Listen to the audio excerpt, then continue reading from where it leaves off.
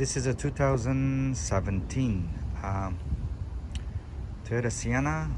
Most of the time when you close the hood, it just gets stuck. It releases from the cable from there, from inside.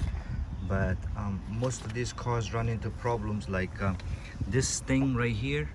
This thing gets so close to rubbing to that part right there. So this was rubbing over here, so every time you pull this, it would just hit there and it wouldn't let it open up. So once you open, if it doesn't open, if you have the hood closed, it doesn't open.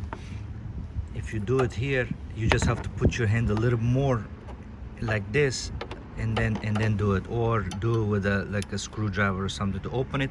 Once you open it, just adjust this one a little bit, either a screwdriver like this, just pull it to the front like this, and that will solve the problem. I hope it helps anybody.